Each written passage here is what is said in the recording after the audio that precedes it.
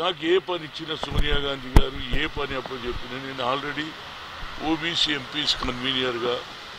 already 2005 నుంచి యావత్ భారతదేశంలో తిరుగుతూ ముఖ్యంగా ఓబీసీ ఎంపీలు ఫోరం తయారు చేసి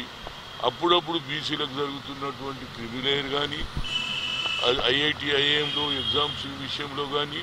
అదేవిధంగా ఎస్సీ ఎస్టీలకు ఏ విధంగా ఓబీసీ ఎస్సీ ఎస్టీలకు పార్లమెంటరీ కమిటీ ఉందో అది కూడా రాహుల్ గాంధీ దయ వల్ల అది కూడా ఫామ్ అయింది కనుక నాకు మొదటి నుంచి కూడా ఇవాళ మహాత్మా జ్యోతిరావు పూలే ఆలోచన కానీ అంబేద్కర్ ఆలోచన ప్రజలలో తీసుకుపోవాలనేది మా ఉద్దేశం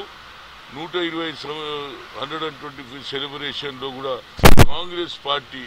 ఎక్కువ శ్రద్ధ వహించింది ఆయన ఆలోచననే తప్పనిసరిగా గ్రామాలలో తీసుకుపోయి ఇవాళ ప్రైవేట్ సెక్టర్లో కూడా రిజర్వేషను అదేవిధంగా జ్యుడిషియరీలో కూడా 43 మంది దేశ స్వాతంత్రం వచ్చి ఆల్మోస్ట్ 69 సంవత్సరాలు అయినా సుప్రీంకోర్టు జడ్జిలు చీఫ్ జడ్జెస్ ఓన్లీ 43 ఇప్పటి వరకు అపాయింట్మెంట్ అయితే అందులో కేవలం ఇద్దరు ఒక ఎస్సీ ఒక బీసీ సుప్రీంకోర్టు చీఫ్ జస్టిస్ కాగలిగాడు ఇంత వ్యత్యాసం ఉన్నది దీని మీద తప్పనిసరిగా మా నాయకురాలు ఏ ఆలోచన చేసి ఏ పదవి ఇచ్చినా నేను తప్పనిసరిగా గ్రామాలు తిరిగి పార్టీని బలోపేతం చేస్తాం అదేవిధంగా ఆమె ఏ అడుగుజాడలో నడుస్తే ఏ పదవి ఇచ్చినా ఇవ్వకపోయినా కాంగ్రెస్ పార్టీలో కొనసాగుతా కాంగ్రెస్ పార్టీని బలోపేతం చేయాలనే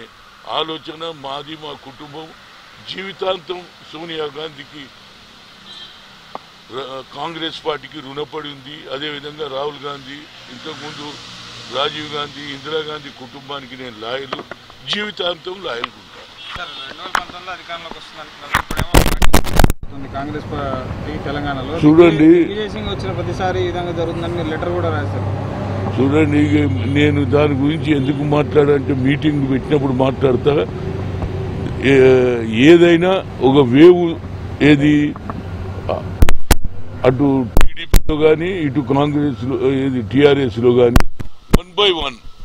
పోతా ఉన్నారు నా ఉద్దేశంలో ఎక్కువ రోజులు ఉండదు మళ్ళీ వాళ్ళు కాంగ్రెస్ బలపడుతుందని నమ్మికుంది ఎందుకంటే ఇక్కడ సెక్యులర్ సుధాతున్నటువంటి పార్టీ